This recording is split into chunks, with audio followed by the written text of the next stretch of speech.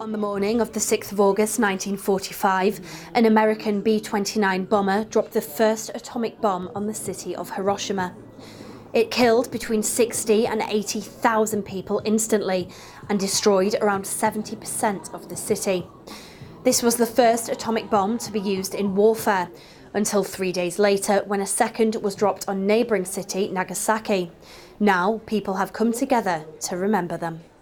We're holding a commemoration this evening, partly to remember people of Hiroshima, people of Nagasaki and all the other victims of nuclear weapons, to remember them, hold them in our thoughts and call for an end to nuclear weapons so that this can never happen again.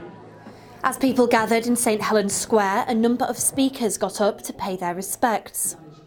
Lord Mayor's going to be here, she's going to speak. Somebody's also going to read a speech from the Mayor of Hiroshima. Because of the time difference, they've already had their commemoration in Hiroshima. The Mayor there gave a speech. We've got a translated version of it that someone's going to read out for us. We've got a speaker from the Youth Climate Strikes, because climate change and nuclear weapons are the two biggest threats facing us today.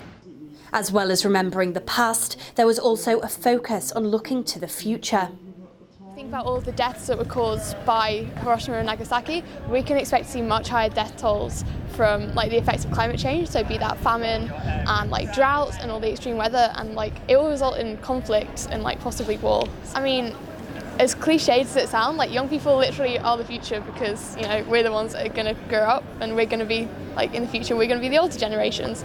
And just because it was 74 years ago, we can't let it be forgotten, and it has to be involved with everyone, and everyone has to communicate about it throughout the generations, because some people will be thinking of ideas and some people will be able to put these into practice.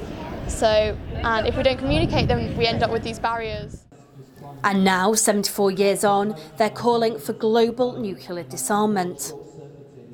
At the moment there's a UN treaty on the prohibition of nuclear weapons, a global nuclear ban treaty that's open for signatures in the UN. To come into effect it needs 50 ratifications, it's got 24 at the moment, so we're nearly halfway there. This treaty's come about because of the horrendous humanitarian effects of nuclear weapons.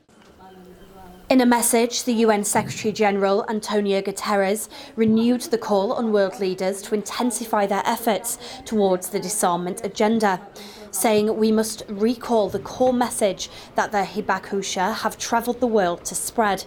The only guarantee against the use of nuclear weapons is the total elimination of nuclear weapons. Today, I renew my call on world leaders to intensify our efforts towards that goal.